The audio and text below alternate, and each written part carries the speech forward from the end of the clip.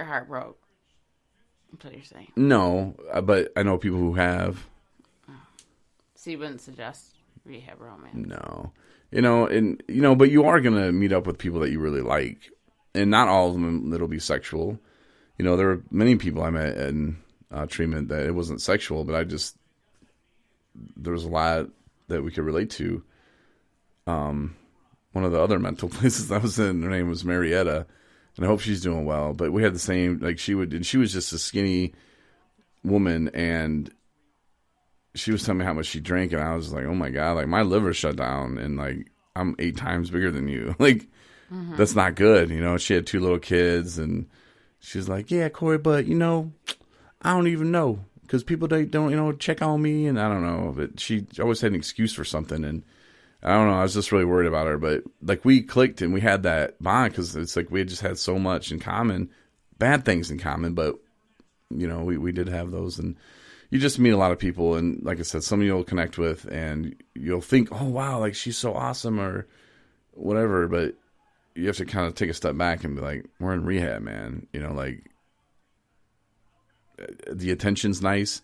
A lot of people go in there and they feel like scum of the earth, and all of a sudden a rehab hot girl is like, she's giving me attention. Oh wow, I feel good. And you do. And it feels good to be wanted. It really does. It feels good to have somebody look at you and go, you look nice today. Oh, I do, don't I? Yeah, thanks. Of course, I always look nice when I was in there, because that's all I brought was nice clothes. You were one of those guys got dressed up. That's all I had. Group. Yeah, that's all I had. Khakis and button downs, and because I was at that point in my recovery too, where I never got unpacked from the last one. No, I became aware of the lack of attention I would pay to my appearance. I just throw on whatever. I remember for a while I had wear these ripped jeans that wore them to the radio station, and the crotch was just completely ripped out, and I didn't care. I'm on the radio. Nobody's going to see me. But then it came to a point where it was like, you know what? If I'm going to feel good, I'm going to look good, because when I look good, I feel good. And that did help a little bit. Obviously, that wasn't the reason why I drank, because I was wearing bad clothes. That was because, well, pants cost $40, and that's liquor money that I need. I'm not buying pants. I'll buy liquor. Predators messed up. So, yeah, my take on rehab relationships, just be careful. And, and just go into it with knowing. And Dustin was kind of had some, I don't know, whatever. I'm not going to talk about his life, but there were some women that were like, hey, Dustin, you're cute. And I told Dustin, I was like, whatever you do in here, man, it is what it is, but don't expect anything when you get out of here. And, oh, you don't know, and okay. Right. Well, I've heard very, very, very, very few success stories. Not saying they don't happen, but I mean, right. I don't know, just be careful, be guarded, and that goes for the women too, be guarded, and not saying that all women are predators, not saying that all men are, but like we get perceived, like if you're in a treatment center that's co-ed, they will look at the men like, hey, get away from her, leave her alone, and 7 times out of 10, it's you should be telling her leave him alone. But whatever. But you were super dedicated to the 1 year mark, for the most part. Yeah. The 1 year rule. Don't get in a relationship until you have a year. No? I mean, not really. Yes and no. I was focused on, and this is something that I wrote down too when I was in treatment, was there were goals that I had for myself that I would do in the year, and one of them was to find someone that was worthy of my love and someone that I'm not settling for. So I had those kind of expectations, and in Boyne City, there wasn't really, I don't know, like I wasn't out looking for somebody to be my wife, because I knew I had things to work on myself. I was living in a sober living house. Like, I need to get out of there before I can really start dating somebody. And then I started managing one. I thought, well, that's a little different. But still, I didn't even know I was ready. And the best things will come along when you're not looking for them. Mm-hmm. So I agree with that. This Marney woman just started hitting me up on Facebook, wanting to go out with me. And I was like, no, like, what are you doing? I know, I got shut down. And then finally out, I was like, well, we tell them to hang out with people that are good people and that are doing good in their recovery. And, who am I Well, to honestly, tell you not that's to what hang I was out going for. with cool people? That was not. It was, yes. I was like, I think that he is serious about his recovery and he would be a cool guy to have coffee with. And here we are. But you did shoot me down now at first. Yeah. That's okay. I forgive you. She took me right home to meet her mom, too. I was like, what? Hi, this is awkward. I did. I happened to be living with my parents at the time, and I was like, is this weird? I was like, well, I might as well spend the night now. Oh, God. Anyway, no. But, so, fantasy football. Mm-hmm. You're a huge fan of that. Mm-hmm.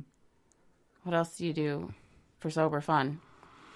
I do a podcast on Tuesdays, Thursdays, Saturdays, and Sundays. Thursdays, Saturdays, and Sundays. Mm-hmm. That's fun. Evenings, for the most part. You just reminded me, though, that I got an update about the Bills game. Oh, see? Happens all the time, folks. He's glued to his phone. They're moving later in week 5. Affects your team, too. Okay. Your running back. Oh. Derrick Henry. But anyway, I don't know. What do I do for fun? Put the podcast, maybe? I don't know.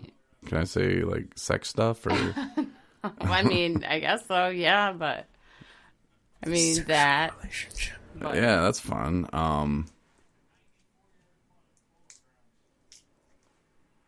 I go to meetings, well, at least one. Yeah. Every week.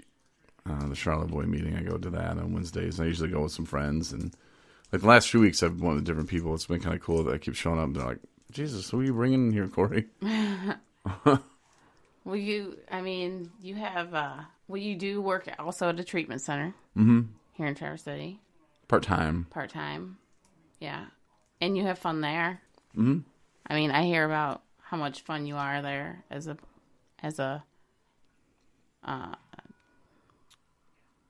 employee. Yeah, I don't know if the treatment center really likes me, but I seem to connect with the guys. Do. So yeah, big time. Play Pictionary. It's like adult-rated Pictionary, but yeah, it's fun.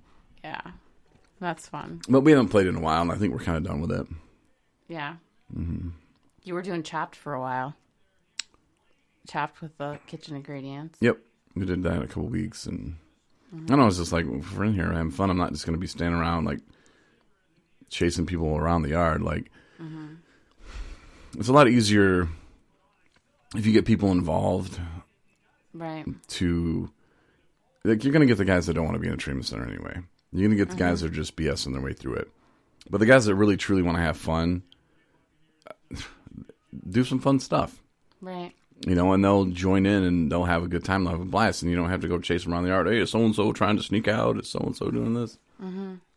You don't have to do that then. You just have natural fun with people. And they realize, too, they're like, wow, I didn't know I could have so much fun playing Pictionary. Drawing penises and stuff. X-rated, triple X-rated. Mm-hmm. Yeah.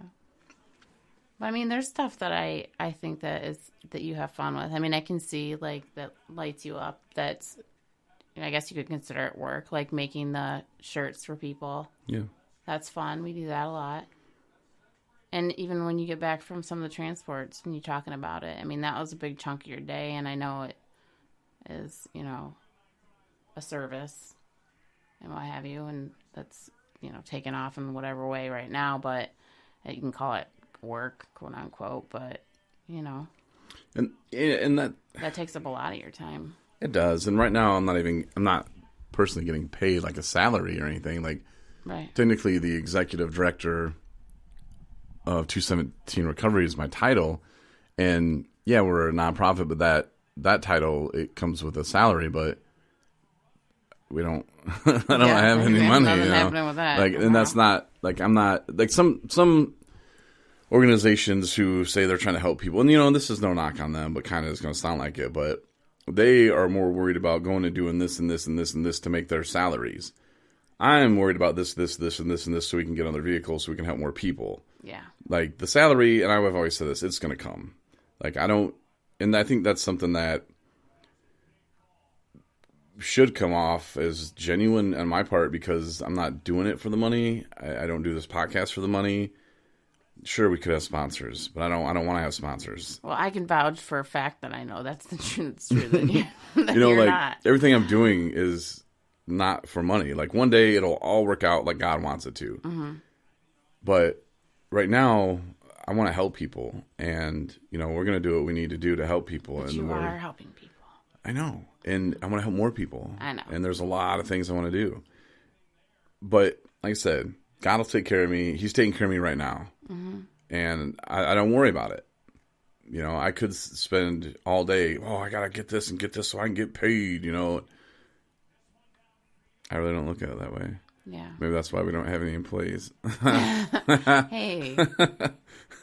No, but I mean, so many people value, you know, what you have to say and, you know, how you say it. And it is, you don't sugarcoat anything, and you tell it like it is.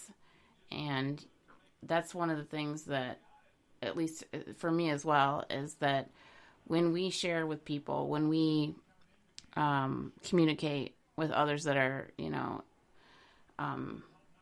suffering from, addiction, it's like there's respect there. And I know it seems like a weird word to use, but it's because we can say things out loud and we know what the other one is talking about, because we've been there. There's just that rapport that you will never get from somebody who doesn't understand and has never been there. Mm-hmm. Not saying, and we talk about this all the time, not saying that family, can't communicate with their loved ones or friends or coworkers or what have you. That's not what I'm saying at all. They can. It's just, it's different when you're on the same page. When you're talking to another person in recovery, when you're talking to another person, wherever they're at in their spectrum of their journey. If they're still struggling, if were doing great and relapsed, if they're never been before to rehab or even tried to get sober, and that's where they're at. I mean, you're always at a place.